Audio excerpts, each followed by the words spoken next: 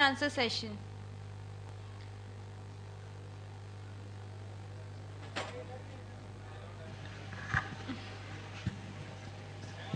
Good afternoon.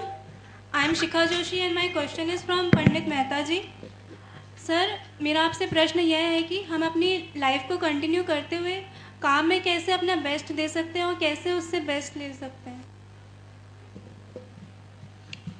आपका जो सवाल है बड़ा विस्तृत है. इसमें मतलब कोई एक पंक्ति में उत्तर नहीं दे सकता मैं, लेकिन फिर भी मेरा एक अनुरोध है आपसे कि आप अपने जो भी दिन की शुरुआत करें उसमें 5 मिनट प्राणायाम और प्राणायाम मतलब साइंस ऑफ ब्रीदिंग. तो आप थोड़ा सा अपनी ब्रीदिंग को कंट्रोल कर लेंगे और उसके बाद एक 5 मिनट मेडिटेशन करिए. अगर 10 मिनट भी आप करेंगे तो आप जो भी काम करेंगे आपका मन आपको डिस्टर्ब नहीं करेगा, क्योंकि उसको कंट्रोल में होने की आदत हो जाएगी और शायद आप अपने काम को ठीक से समझ के उसका आनंद उठा पाएंगे. Thank you sir.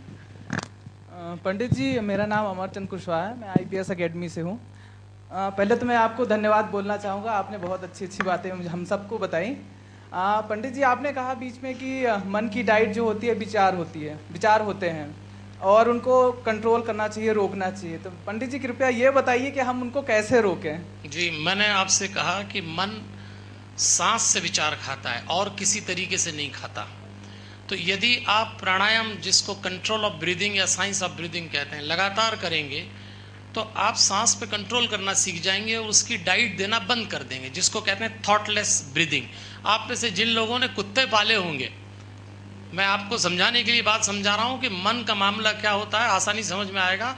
तो कुत्ते को उसका मालिक सिखाता है. तो जो पालतू कुत्ता होता है, मालिक बोलता है सिट तो बैठ जाता है, गो तो चला जाता है, स्टार्ट तो भौंकने लगता है. ये पालतू कुत्ता होता है. एक आपने आवारा कुत्ता सड़क का देखा होगा, वो जिसको देखता है उसके पीछे भागता है. उसको यही नहीं मालूम गाड़ी के पीछे क्यों भाग रहा है. आदमी देखे उसको भाग रहा है, जिसको देखो उसको काटने दौड़ा, भौंकने दौड़ा. अब बुरा मत मानना, हमारा मन आवारा कुत्ते की तरह है. जिसको देखो उसके पीछे लग देता है. अभी औरत दिखी चल दी है, फिर पकड़ के लाए, अपनी नहीं है. अभी आदमी दिखा चल दी है, पकड़ के लाए. अभी कार दिखी उसमें घुस गए, अपनी नहीं है. ये आवारा कुत्ता है. इसको दिन में थोड़ी वो पालतू कुत्ते की तरह प्रैक्टिस कराइए. जब आप कहेंगे नो, चुपचाप रहेगा. बस यहीं से कंसंट्रेशन बनेगा. धन्यवाद.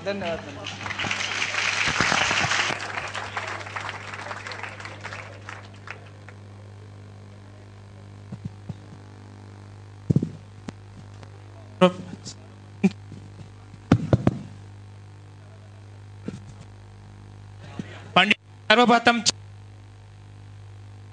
कि क्रोध इस भाई ने बड़ा सुंदर सवाल पूछा है, क्रोध कैसे कंट्रोल किया जाए. देखिए, 8 तरह के प्राणायाम होते हैं. डिटेल आपको इंटरनेट या किसी पे भी मिल जाएंगे. 4 फिजिकल बॉडी के, 4 मेंटल बॉडी के. जो फिजिकल बॉडी के प्राणायाम होते हैं, जब आप उसको करने बैठे, डिटेल उसमें मिलेंगे, मैं कर भी नहीं रहा हूं. लेकिन जब मेंटल बॉडी के 4 प्राणायाम में आप जाएं तो एक प्राणायाम उसमें कंठनाद तीसरे क्रम पे आता है. कई लोग अभी तक नहीं जान पाते कि क्रोध के पीछे, क्रोध के बॉटम में जब भी क्रोध आए तो आदमी को लगता है क्रोध दूसरे के कारण आ रहा है. ऐसा हुआ इसलिए मुझे गुस्सा आया, उसने ऐसा नहीं किया इसलिए, सिस्टम से विरोध है इसलिए आया. लेकिन हमारा अध्यात्म कहता है कभी भी क्रोध दूसरे के कारण नहीं आता. क्रोध के मूल में मैं होता है, ईगो. आपका मैं जितना मजबूत, आपका क्रोध उतना ज्यादा. बुरा मत मानिए, हर क्रोधी आदमी नीचे से अहंकार है. आप अपने उस मैं को गलाइए, क्रोध अपने आप चला जाएगा. तो हमसे कई लोग पूछते हैं, मैं आपको एक बहुत छोटी सी क्रिया बता रहा हूं, 6 महीने आप इसको करिएगा, दुनिया का कैसा भी क्रोधी आदमी, उसका क्रोध नियंत्रण होगा. उस प्राणायाम का नाम है कंठनाद. उसमें कमर सीधी रखना है, होठ बंद रखना है और आंखें बंद रहेगी. गहरी सांस भरिएगा. मुझे आप देख सकते हैं.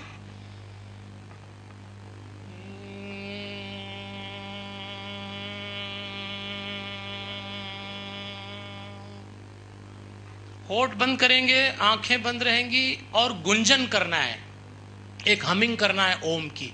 आपने गर्दन ऊपर की 5 बार करिए. इससे आपका क्रोध नियंत्रित होगा. अब सवाल ये उठता है, पढ़े लिखे साइंस के लोग हैं कि इससे कोई क्रोध जाता है? अब आप इसको समझ लीजिए कि इससे क्रोध कैसे जाता है. मैंने आपसे कहा क्रोध के मूल में मैं है। जिस दिन भी क्रोध आए बॉटम में जाना, आपको पता लगेगा आप ही हैं, आप हर्ट हुए हैं, आपका मैं, आपका अहंकार बोल रहा है। तो मैं को गलाने की एक विधि होती है। मनुष्य और जानवर में एक भेद है। मेडिकल साइंस कहता है हमारे यहाँ T3 T4 ग्लैंड्स होती हैं। इन पिट्यूटरी ग्लैंड से जो सलाइवा निकलता है और वो जब डिसबैलेंस होता है तब मनुष्य को गुस्सा आता है और उसका मैं हाई हो जाता है। ये जो सलाइवा है, ये जो हार्मोनल बैलेंस है, ये केवल मनुष्य में होता है, पशु में नहीं होता। इसलिए पशु में क्रोध नहीं होता, अहंकार नहीं होता, वो उसकी रिएक्शन होती है। पशु का मैं होता ही नहीं है। क्यों? इसलिए नहीं होता कि उसको वो ग्लैंड नहीं होती। T3 T4 ग्लैंड सिर्फ मनुष्यों में है। तो आप जब इस प्राणायाम को करते हैं तो आपके इस ENT सिस्टम में खास तौर पे T3 T4 ग्लैंड से निकलने वाला जो हार्मोनल है उसका बैलेंस मेंटेन होगा। और जिसका बैलेंस मेंटेन है वो आदमी रिएक्शनरी होगा, वो आदमी कभी अचानक क्रोध नहीं करेगा। क्योंकि क्रोध करने के बाद हमको लगता है क्यों किया, एकदम सेकंड थॉट आता है, वो इसीलिए आता है। और जैसे ये बैलेंस बना आपका क्रोध, तो 6 महीने आप इसको करिए।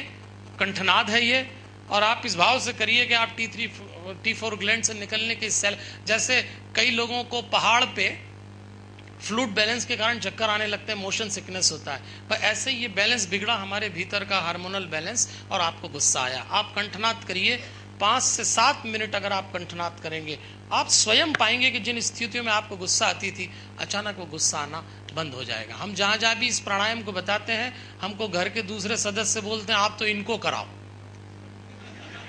हमारा अपने आप ठीक हो जाएगा।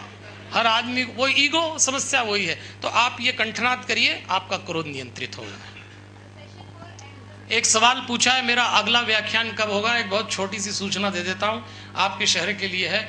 हम हनुमान चालीसा के 1.25 करोड़ जाप देश में एक साथ लोग करें, एक प्रोग्राम करते हैं रायपुर से।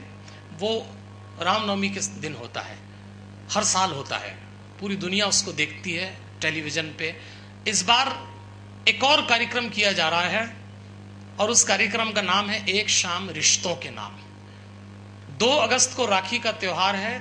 1 अगस्त को ये कार्यक्रम अभय प्रशाल में होगा और सारे देश में आस्था संस्कार चैनल पे इसको लाइव टेलीकास्ट जी 24 घंटे में दिखाया जाएगा।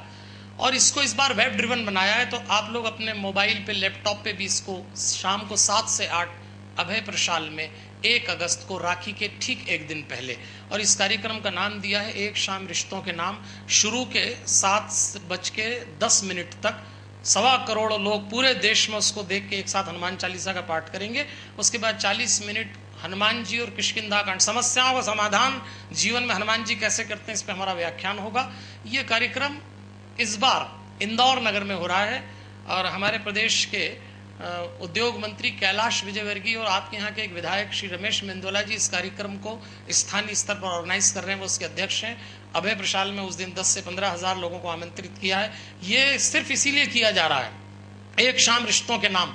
और एक इसमें आह्वान किया जा रहा है कि हनुमान जी को दूसरे दिन 2 अगस्त को माताएं और बहनें जरूर राखी का धागा चढ़ाएं या बांधें। सारे देश में हम लोग ये अपील कर रहे हैं कि हनुमान जी को राखी का धागा बांधिए। इससे हमारी माताओं बहनों में आत्मविश्वास जागेगा, एक अज्ञात भय उनको डराता है वो दूर होगा और उनको लगेगा कोई ताकत, कोई शक्ति है उनके साथ। इसलिए इस आह्वान के साथ आपको मैं 1 अगस्त को आमंत्रित कर रहा हूं। और मैं सारी दुनिया में एक बात कहता हूं कि हनुमान जी को राखी बांध के भाई बना लो। जिसने हनुमान जी को भाई बनाया उसकी एक बड़ी प्रॉब्लम सॉल्व हो गई कि कोई भी जीजा ऐसे साले की बहन से पंगा नहीं लेगा जिसके भाई हनुमान जी।